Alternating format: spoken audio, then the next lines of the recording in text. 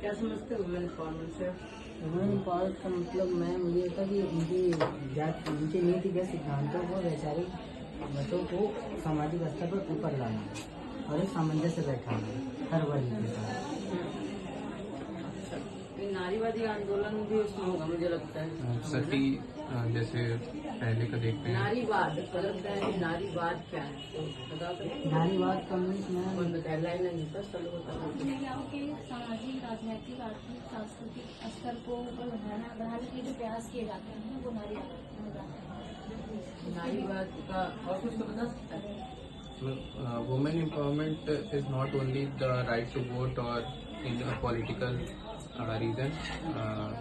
Women empowerment is also in comparative to men, equality in society, which means in every level. As we see in 2005, the literacy rate of women is 50% in India, and which eventually grown in 20. कोई ऐसा संवैधानिक प्रावधान बताइए जो नारीवाद को बढ़ाता हो। कोई ऐसा प्रावधान है क्या?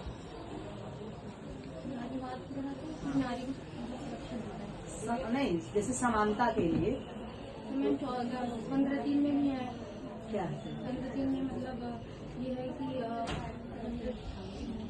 महिला और बच्चों के लिए आरक्षण का प्रावधान 15(3) में, और 43 में भी है प्रसूति संबंधित प्रावधान, और 330 का ए भी है। महिलाओं के अनुसूचित जाति जनजाति महिलाएं हैं उन्हें संसद में मतलब 33% आरक्षण दिया गया है। उसके लिए बिल भी पारित किया गया 2023 में। अमेंडमेंट भी हुआ जैसे 2017 में 3 तलाक के लिए, और जैसे 3 तलाक या हलाला ये जो प्रावधान है इसमें आपका यूसीसी क्या कुछ काम करेगा? यूसीसी समझते हैं? समान जो नागरिक संहिता की बात चल रही है आचार संहिता के लिए, इसके विषय में इसको हम अगर वुमेन एम्पावरमेंट से कहीं भी कनेक्ट कर पाए तो कैसे कनेक्ट करेंगे? मैम अगर सामाजिक स्तर से देखा जाए तो महिलाओं को उनके स्तर को सुधारने के लिए पुरुष या किसी भी वर्ग के साथ सामंजस्य बैठाने के लिए प्रावधान ये सही पड़ेगा महिला सशक्तिकरण के लिए, क्योंकि हमारे प्राचीन सभ्यता को देखा जाए तो वहाँ से उनको नीचे गिराया गया है। जैसे कि महिलाओं को मतलब पुरुषों की कंपैरेटिवली उनको नीचे रखा गया, और ज्यादातर अगर हम अपने इतिहास की चीजों को उठा के देखें तो ज्यादातर पुरुष ही मेल कैटेगरी राजा ही बने, महिलाओं को उनको यानी कि पहले जो महिला किंग बनी थी वो रजिया सुल्तान थी, उसके बाद तो कोई आया नहीं थी। किंग और क्वीन बनना तो अलग चीज है, तो बना है या तो आपको डायनेस्टी से मिले आपको, और या तो आप लड़ाई लड़के जीते हैं, तो इससे हम एम्पावरमेंट की बहुत चर्चा नहीं कर सकते हम लोग। हम ये चर्चा करना चाह रहे हैं कि जैसे जो समान नागरिक संहिता की बात हो रही है तो इसकी आवश्यकता हमें क्यों पड़ी? मैम रिसेंटली अभी जैसे एनडीए के प्रोसीजर होते थे तो उसमें केवल मेल कैटेगरी वाले बच्चे अप्लाई करते थे, वुमेन को नहीं रखा जाता था। तो वहाँ पे ये थीसिस दी गई कि महिला जो है महिला के आर्डर को या किसी चीज को कोई मेल पुरुष पैटर्न नहीं फॉलो करेगा, उसको अवॉइड करे। फिर वो संसद में बिल लाएगा, फिर प्रेशर बना के पारित करेगा, तो अब वहाँ पर उनको दोनों कैटेगरी में रखा गया। जैसे 3 तलाक वाली चीज खत्म, तुम लोग चूंकि उस कम्युनिटी से भी बिलोंग करते हो, 3 तलाक वाली चीज क्या एक समस्या थी तुम्हारी कम्युनिटी में?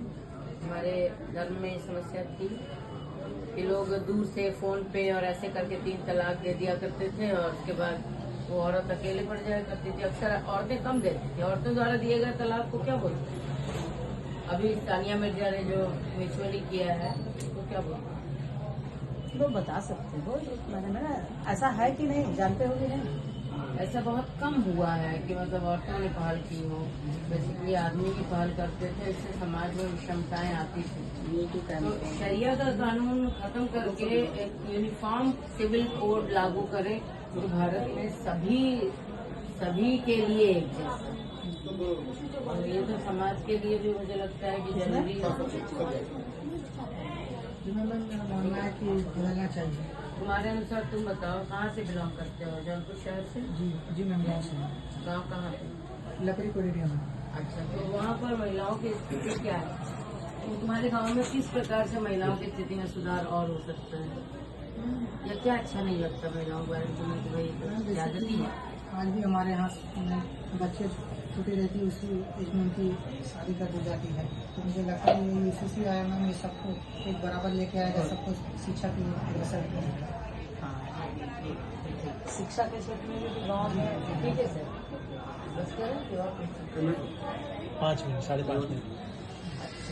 अच्छा देखिए, और बताओ, जैसे भारतीय संविधान में हमारी जो सांस्कृतिक विरासत है, जो हमारी सांस्कृतिक विरासत है उसमें तो महिलाओं का स्थान ऊंचा बताया गया है। कहते हैं ना क्या, अर्धनारीश्वर माना गया है कि ये दोनों स्त्री और पुरुष एक ही उसके पार्ट है। अर्धनारीश्वर की संकल्पना की गई है, ईश्वर की, प्रकृति और पुरुष की। लेकिन हमारी जो ऐसा हमारे देश में कैसे हो गया कि हम महिलाओं के एम्पावरमेंट की बात करने लगे? क्या प्राचीन काल से ही ऐसा है या बाद में ऐसा हुआ? दर्शन है मैम, सिर्फ उसका दर्शन दिखाया गया है। वो वास्तविक स्थिति है वो अलग है। जो अर्धनारीश्वर बताया जब वो सिर्फ दर्शन है, दृष्टिकोण मानना है कि ऐसा होना चाहिए, लेकिन ऐसा वास्तविक दिखा रहे हैं। नहीं तो वर्तमान समय में कुछ इसमें सुधार हुआ? वर्तमान समय में बदलाव हो रहा है। इससे लग रहा है मैम कि कुछ सालों आते आते कहाँ लग रहा है? मैं तो एक दूसरी चीज भी फील कर रही हूँ। तुम लोगों को तो ऐसा लग रहा होगा, एक ऑब्जर्वेशन है। मैं फील कर रही हूँ कि जितना ज्यादा हम एम्पावरमेंट की तरफ जा रहे हैं, बैलेंस थोड़ा बहुत गड़बड़ रहा है, बैलेंसिंग थोड़ी गड़बड़ है। जैसे मैम एजुकेशन फील्ड में भी देखा जाए तो उस फील्ड में भी जैसे एम्पावरमेंट पहले वुमेन को देखा जाए तो लिटरेसी लेवल काफी बढ़ा है। नहीं, मैम ने पूछा ना कि ऐसा बैलेंस ऐसा लग रहा है कि खराब मतलब कम हो रहा है। कुछ घटनाएं जो औरतों के विरुद्ध होती थी पहले, उनकी संख्या बढ़ी ही है, कम नहीं हुई है। मैं एक्चुअली क्या है कि हम पेपर बातें कर लेते हैं कि नहीं ये चीज होनी चाहिए, एक्चुअली